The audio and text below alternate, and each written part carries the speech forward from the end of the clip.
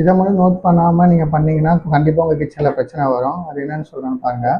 இப்போ இந்த dishwasher use பண்ணுற மாதிரி ஐடியா இருந்துச்சுன்னா நீங்கள் ஃபஸ்ட்டே வந்து என்ன மாதிரி டிஷ்வாஷர் போடுறன்ற மாதிரி பிளான் பண்ணிக்கோங்க. ஏன்னா டிஷ்வாஷரில் வந்து பார்த்தீங்கன்னா 3 டைப்ஸ் இருக்குது. ஒன்று வந்து பார்த்தீங்கன்னா ஃப்ரீ ஸ்டாண்டு, செகண்ட் வந்து பார்த்தீங்கன்னா பில்டு ஒன்று, இன்னொன்று வந்து டேபிள் டாப்பு. நம்ம இன்டீரியரில் பார்த்தீங்கன்னா மோஸ்ட் ஆஃப் வந்து பார்த்தீங்கன்னா பில்டிங் தான் யூஸ் பண்ணுறோம். இந்த மாதிரி நீங்கள் பில்டிங் யூஸ் பண்ணும்போது பார்த்தீங்கன்னா நம்ம ஸ்டாண்டர்ட் கவுண்டர் டாப் டைமென்ஷன்லாம் நம்ம வந்து கிச்சன் பிளான் பண்ண முடியாது.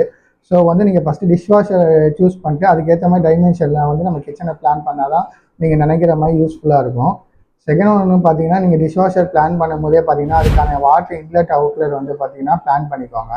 தேர்ட் ஒன்று வந்து பார்த்தீங்கன்னா டிஷ்வாஷர் எப்பவுமே பார்த்தீங்கன்னா நம்ம சிங்குக்கு நியர்பை வைக்கிற மாதிரி பிளான் பண்ணிக்கோங்க. அப்போ தான் உங்களுக்கு ஈஸியாக அக்சஸபிளாக இருக்கும். எதுவும் உங்களுக்கு வாட்டர் லீக்கேஜ் எதுவும் ப்ராப்ளமாக இருந்தால் கூட நம்ம ரெண்டுமே ஒரே டைமில் வந்து பிளான் பண்ணிக்கலாம். கிச்சன் டைமென்ஷன் வந்து பார்த்தீங்கன்னா 4 லெவல்லேருந்து 900 வர மாதிரி சூஸ் பண்ணிக்கோங்க. இது வந்து நீங்கள் 2 டைப்ஸாக சூஸ் பண்ணிக்கலாம். ஒன்று வந்து பார்த்தீங்கன்னா நேரோவாக நம்ம கவுண்டர் டாப் வர மாதிரியும், செகண்ட் ஒன்று வந்து பார்த்தீங்கன்னா நம்ம அந்த இடத்துல மட்டும் எல் ஷேப் மாதிரி வர மாதிரியும் பிளான் பண்ணிக்கலாம். இந்த பாயிண்ட்லாம் நோட் பண்ணி நீங்கள் டிஷ்வாஷர் சூஸ் பண்ணிங்கன்னா உங்கள் மாடுலர் கிச்சன் எந்த பிரச்சனையும் வராது. இதை கண்டிப்பாக நோட் பண்ணிக்கோங்க. இது மாதிரி மேலும் உங்களுக்கு ஏதாவது வந்து இன்ஃபர்மேஷன் வேணும்னா நம்மளை ஃபாலோ பண்ணுங்கள். தேங்க்யூ.